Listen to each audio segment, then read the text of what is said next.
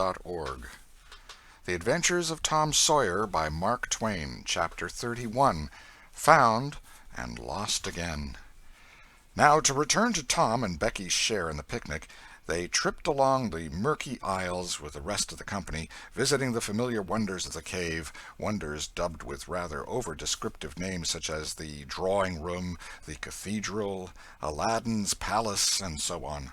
Presently the hide-and-seek frolicking began, and Tom and Becky engaged in it with zeal until the exertion began to grow a trifle wearisome. Then they wandered down a sinuous avenue, holding their candles aloft and reading the tangled webwork of names, dates, post-office addresses, and mottos with which the rocky walls had been frescoed in the candle-smoke. Still drifting along and talking, they scarcely noticed that they were now in a part of the cave whose walls were not frescoed. They smoked their own names under an overhanging shelf and moved on. Presently they came to a place where a little stream of water, trickling over a ledge, and carrying a limestone sediment with it, had, in the slow-dragging ages, formed a laced and ruffled Niagara in gleaming and imperishable stone. Tom squeezed his small body behind it in order to illuminate it for Becky's gratification. He found that it curtained a sort of steep natural stairway which was enclosed between narrow walls, and at once the ambition to be a discoverer seized him. Becky responded to his call, and they made a smoke mark for future guidance and started upon their quest. They wound this way and that far down into the secret depths of the cave, made another mark, and branched off in search of novelties to tell the upper world about. In one place they found a spacious cavern, from whose ceiling depended a multitude of shining stalactites of the length and circumference of a man's leg. They walked all about it, wondering and admiring, and presently left it by one of the numerous passages that opened into it. This shortly brought them to a bewitching spring, whose basin was encrusted with a frostwork of glittering crystals. It was in the midst of a cavern whose walls were supported by many fantastic pillars, which had been formed by the joining of great stalactites and stalagmites together, the result of the ceaseless water-drip of centuries. Under the roof vast knots of bats had packed themselves together, thousands in a bunch. The lights disturbed the creatures, and they came flocking down by hundreds, squeaking and darting furiously at the candles. Tom knew their ways and the danger of this sort of conduct. He seized Becky's hand and hurried her into the first corridor that offered, and none too soon, for a bat struck Becky's light out with its wing while she was passing out of the cavern. The bats chased the children a good distance, but the fugitives plunged into every new passage that offered, and at last got rid of the perilous things. Tom found a subterranean lake shortly, which stretched its dim length away until its shape was lost in the shadows. He wanted to explore its borders, but concluded that it would be best to sit down and rest a while first. Now, for the first time, the deep stillness of the place laid a clammy hand upon the spirits of the children. Becky said, "Why, I didn't notice, but it seems ever so long since I heard of any of the others." "Come to think, Becky, we are away down below them, and I don't know how far away north or south or east or whichever it is. We couldn't hear them here." Becky grew apprehensive. "I wonder how long we've been down here, Tom. We'd better start back." "Yes, I reckon we better. Perhaps we better. Can you find the way, Tom? It's all a mixed-up crookedness to me." "I reckon I could find it, but then the bats. If they put both of our candles out, it will be an awful fix." "Let's try some other way, so as not to go through there." "Well, but I hope we won't get lost. It would be so awful," and the girl shuddered at the thought of the dreadful possibilities. They started through a corridor and traversed it in silence a long way, glancing at each new opening to see if there was anything familiar about the look of it, but they were all strange. Every time Tom made an examination, Becky would watch his face for an encouraging sign, and he would say cheerily, "Oh, it's all right. This ain't the one, but we'll come to it right away." But he felt less and less hopeful with each failure, and presently began to turn off into diverging avenues at sheer random in desperate hope of finding the one that was wanted. He still said it was all right, but there was such a leaden dread at his heart that the words had lost their ring and sounded just as if he had said, "All is lost." Becky clung to his side in an anguish of fear, and tried hard to keep back the tears, but they would come. At last she said, "Oh, Tom, never mind the bats. Let's go back that way. We seem to get worse and worse off all the time." Tom stopped. "Listen," said he. Profound silence. Silence so deep that even their breathings were conspicuous in the hush. Tom shouted. The call went echoing down the empty aisles and died out in the distance in a faint sound that resembled a ripple of mocking laughter. "Oh, don't do it again, Tom. It is too horrid," said Becky. "It is horrid, but I better, Becky. They might hear us, you know." And he shouted again. The might was even a chillier horror than the ghostly laughter. It so confessed a perishing hope. The children stood still and listened, but there was no result. Tom turned upon the back track at once and hurried his steps. It was but a little while before a certain indecision in his manner revealed another fearful fact to Becky. He could not find his way back. "Oh, Tom, you didn't make any marks." "Becky, I was such a fool, such a fool. I never thought we might want to come back. No, I can't find the way. It's all mixed up." "Tom, we're lost. We're lost. We never can get out of this awful place. Oh, why did we ever leave the others?" She sank to the ground and burst into such a frenzy of crying that Tom was appalled with the idea that she might die or lose her reason. He sat down by her and put his arms around her. She buried her face in his bosom. She clung to him. She poured out her terrors, her unavailing regrets, and the far echoes turned them all to jeering laughter. Tom begged her to pluck up hope again, and she said she could not. He fell to blaming and abusing himself for getting her into this miserable situation, and this had a better effect. She said she would try to hope again. She would get up and follow wherever he might lead, if only he would not talk like that any more, for he was no more to blame than she said. So they moved on again, aimlessly, simply at random. All they could do was to move, keep moving. For a little while, hope made a show of reviving, not with any reason to back it, but only because it is its nature to revive when the spring has not been taken out of it by age and familiarity with failure. By and by Tom took Becky's candle and blew it out. This economy meant so much. Words were not needed. Becky understood, and her hope died again. She knew that Tom had a whole candle and 3 or 4 pieces in his pockets, yet he must economize. By and by fatigue began to assert its claims. The children tried to pay no attention, for it was dreadful to think of sitting down when time was grown to be so precious. Moving in some direction, in any direction, was at least progress, and might bear fruit, but to sit down was to invite death and shorten its pursuit. At last Becky's frail limbs refused to carry her farther. She sat down. Tom rested with her, and they talked of home, and the friends there, and the comfortable beds, and, above all, the light. Becky cried, and Tom tried to think of some way of comforting her, but all his encouragements were grown threadbare with use, and sounded like sarcasms. Fatigue bore so heavily upon Becky that she drowsed off to sleep. Tom was grateful. He sat looking into her drawn face and saw it grow smooth and natural under the influence of pleasant dreams, and by a smile dawned and rested there. The peaceful face reflected somewhat of peace and healing into his own spirit, and his thoughts wandered away to bygone times and dreamy memories. While he was deep in his musings, Becky woke up with a breezy little laugh, but it was stricken dead upon her lips, and a groan followed it. "Oh, how could I sleep? I wish I never had waked. No, I don't, Tom. Don't look so. I won't say it again." "I'm glad you've slept, Becky. You'll feel rested now, and we'll find the way out." "We can try, Tom, but I've seen such a beautiful country in my dream.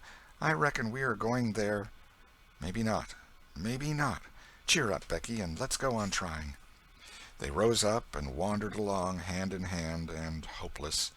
They tried to estimate how long they had been in the cave, but all they knew was that it seemed days and weeks, and yet it was plain that this could not be, for their candles were not gone yet. A long time after this, they could not tell how long, Tom said they must go softly and listen to dripping water. They must find a spring. They found one presently, and Tom said it was time to rest again. Both were cruelly tired, yet Becky said she thought she could go on a little farther. She was surprised to hear Tom dissent. She could not understand it. They sat down, and Tom fastened his candle to the wall in front of them with some clay. Thought was soon busy. Nothing was said for some time. Then Becky broke the silence. "Tom, I'm so hungry." Tom took something out of his pocket. "Do you remember this?" said he. Becky almost smiled. "It's our wedding cake, Tom." "Yes, I wish it was as big as a barrel, for it's all we've got." "I saved it from the picnic for us to dream on, Tom, the way grown-up people do with wedding cake, but it'll be our—" She dropped the sentence where it was. Tom divided the cake, and Becky ate with good appetite, while Tom nibbled at his moiety. There was abundance of cold water to finish the feast with. By and by Becky suggested that they move on again.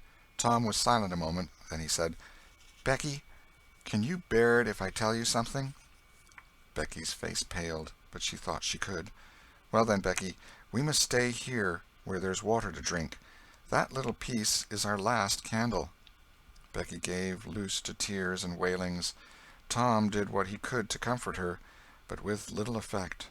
At length Becky said, "Tom." "Well, Becky?"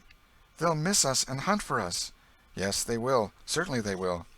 "Maybe they're hunting for us now, Tom." "Why, I reckon maybe they are. I hope they are." "When would they miss us, Tom?" "When they get back to the boat, I reckon." "Tom, it might be dark then. Would they notice we hadn't come?" "I don't know. But anyway, your mother would miss you as soon as they got home." A frightened look in Becky's face brought Tom to his senses, and he saw that he had made a blunder. Becky was not to have gone home that night. The children became silent and thoughtful.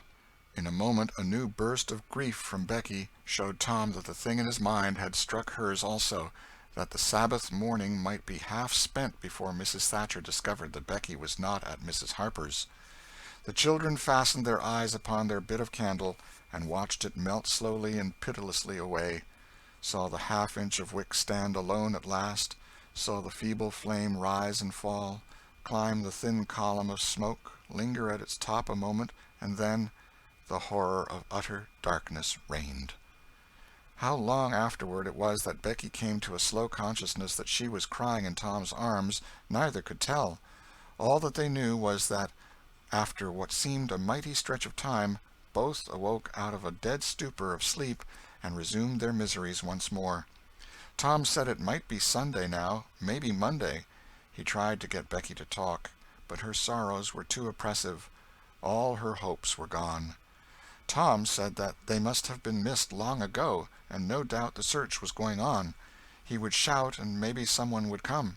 He tried it, but in the darkness the distant echoes sounded so hideously that he tried it no more. The hours wasted away, and hunger came to torment the captives again. A portion of Tom's half of the cake was left. They divided and ate it, but they seemed hungrier than before.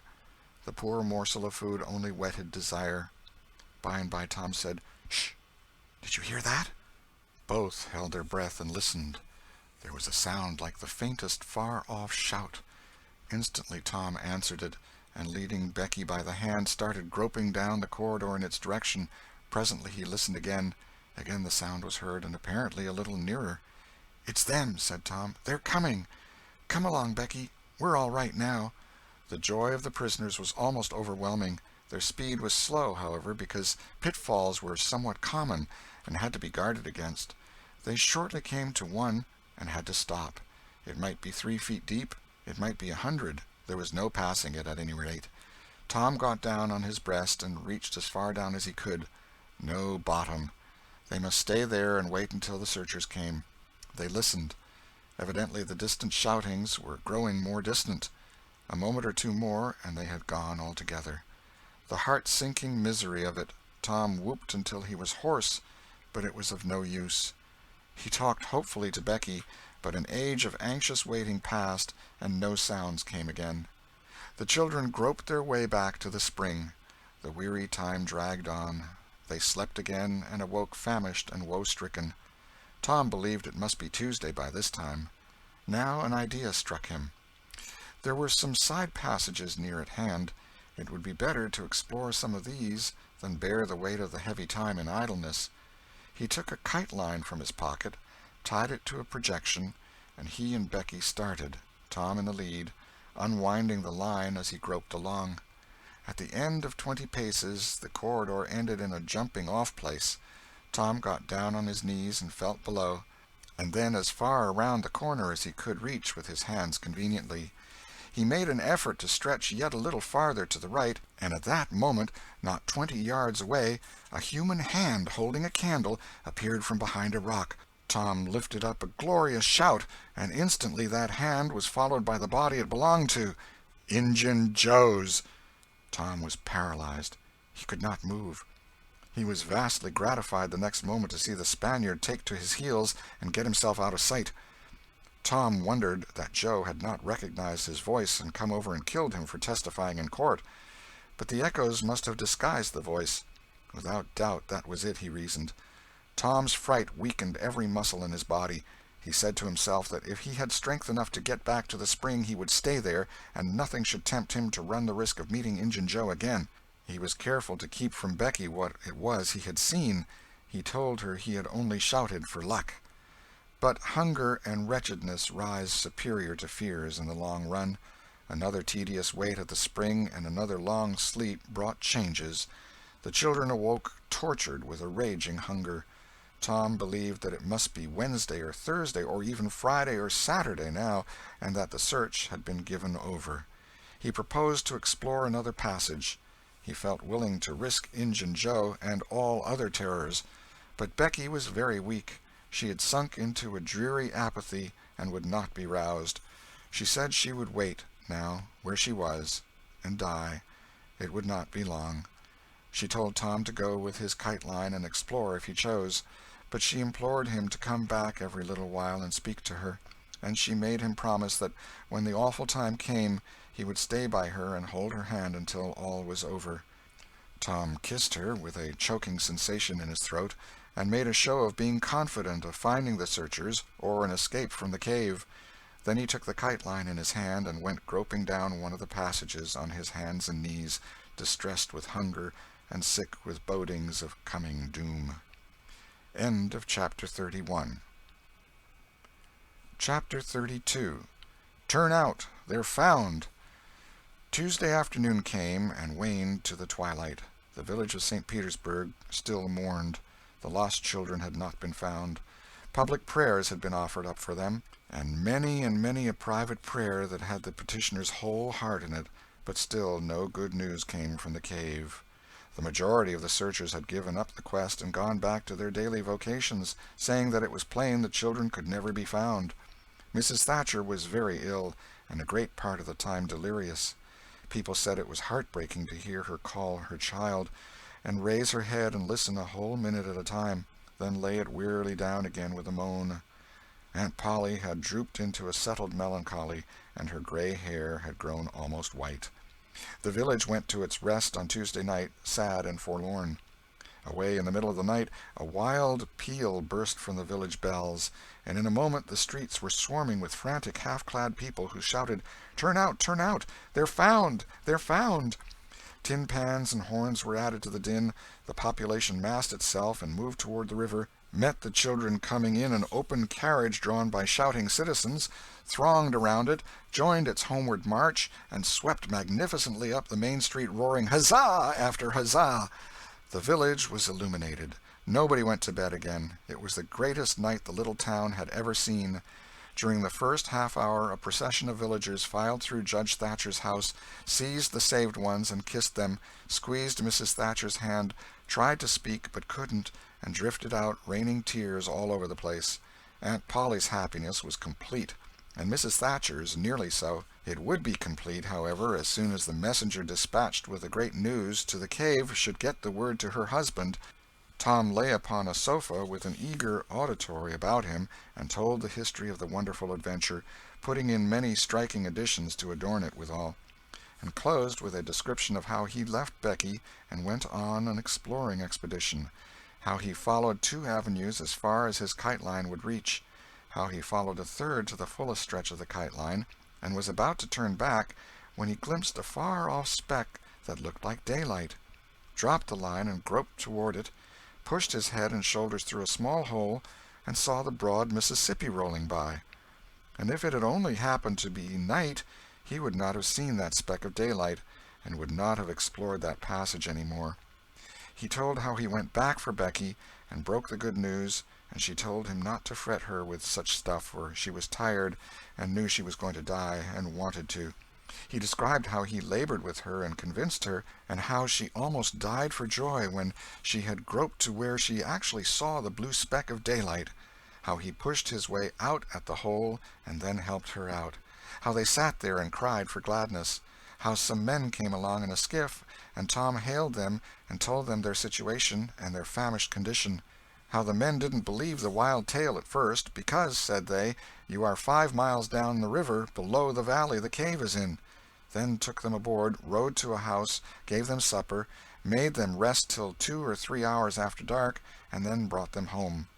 Before day dawn, Judge Thatcher and the handful of searchers with him were tracked out in the cave by the twine clues they had strung behind them, and informed of the great news. 3 days and nights of toil and hunger in the cave were not to be shaken off at once, as Tom and Becky soon discovered. They were bedridden all of Wednesday and Thursday, and seemed to grow more and more tired and worn all the time. Tom got about a little on Thursday, was downtown Friday, and nearly as whole as ever Saturday, but Becky did not leave her room until Sunday, and then she looked as if she had passed through a wasting illness. Tom learned of Huck's sickness and went to see him on Friday, but could not be admitted to the bedroom. Neither could he on Saturday or Sunday. He was admitted daily after that, but was warned to keep still about his adventure and introduce no exciting topic. The widow Douglas stayed by to see that he obeyed. At home, Tom learned of the Cardiff Hill event, also that the ragged man's body had eventually been found in the river near the ferry landing. He had been drowned while trying to escape, perhaps. About a fortnight after Tom's rescue from the cave, he started off to visit Huck, who had grown plenty strong enough now to hear exciting talk, and Tom had some that would interest him, he thought. Judge Thatcher's house was on Tom's way, and he stopped to see Becky. The judge and some friends set Tom to talking, and someone asked him ironically if he wouldn't like to go to the cave again. Tom said he thought he wouldn't mind it. The judge said, "Well, there are others just like you, Tom. I've not the least doubt, but we have taken care of that. Nobody will get lost in that cave any more." "Why?" "Because I had its big door sheathed with boiler iron 2 weeks ago, and triple locked, and I've got the keys." Tom turned as white as a sheet. "What's the matter, boy? Here, run somebody, fetch a glass of water." The water was brought and thrown into Tom's face. "Ah, now you're all right. What was the matter with you, Tom?" "Oh, Judge, Injun Joe's in the cave." End of chapter 32.